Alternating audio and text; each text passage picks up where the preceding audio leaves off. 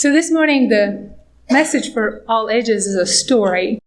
And it's a story that comes from African and Chinese folk tales.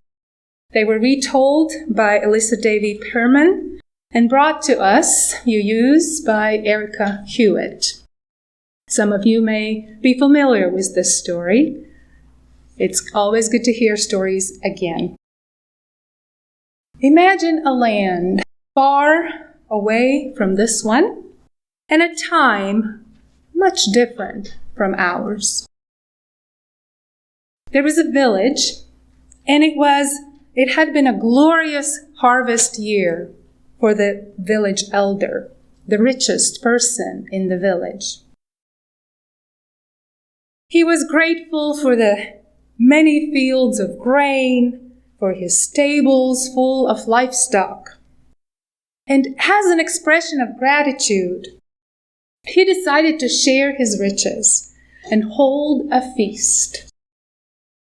He wanted to invite all the people in the valley, but he needed help with one aspect of the feast. So he called together the 10 members of the village council and told them about this plan to celebrate. And then he said, I will provide all the food. I will provide musicians and jugglers. I will provide space for the feast. I will do all of this if you provide wine. Council members agreed, of course, we each will bring one jug of wine and pour them into the common vessel, and this is then how we will share and partake in your generosity.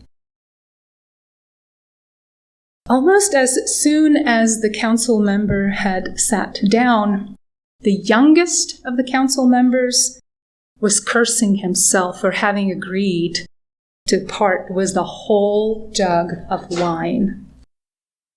He didn't have much in his stores, and he didn't want to spend any money to buy more.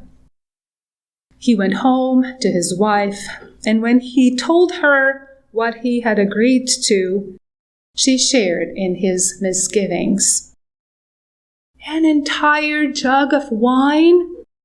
Should we give up that much when we don't have as much as others do? There must be another way. And suddenly his wife had an idea. My dear, she said, the other 9 council members will pour their wine into the common pot, so there will be 9 jugs of wine in it. Could one small jug of water spoil that much wine? Hardly so. The man was impressed with his wife's ideas. What a plan! Thus we will keep the wine for ourselves. Finally, the evening of the feast arrived. As villagers dressed in their finest clothes, so did the youngest council member.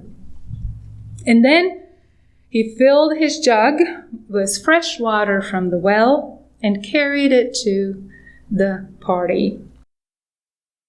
When everyone had arrived, the village elder greeted everyone. There was a sound of music playing and delicious smells of food that was cooking. And the village elder said, "Welcome to this great feast.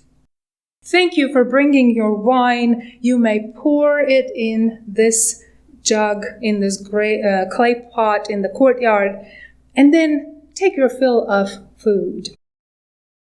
And so they did, including the youngest one. They all emptied their jugs of in the common pot and made ready for the feast.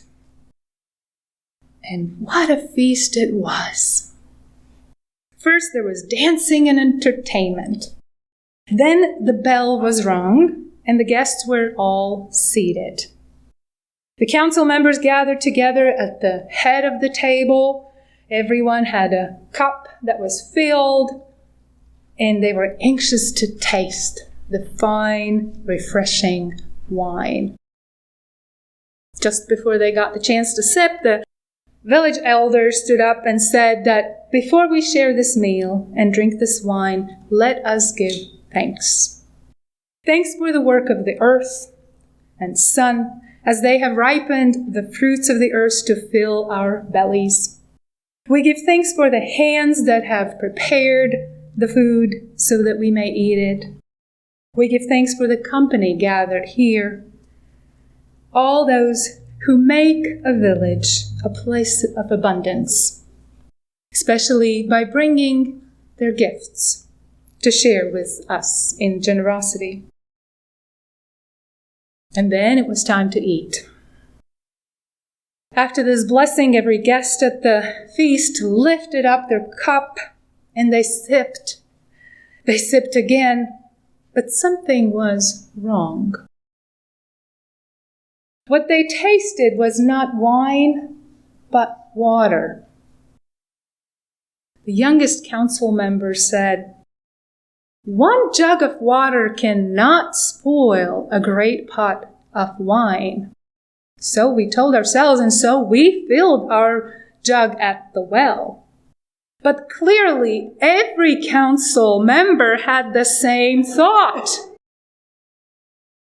They all filled their jugs with water.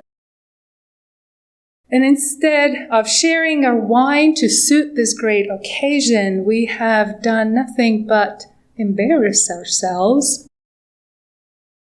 All the council members looked at each other sheepishly, avoiding the eyes of the village elder, and then continued to drink as if it were the finest wine they had ever had. The next day, a new saying arose among the people of the town, a saying that spread around the world.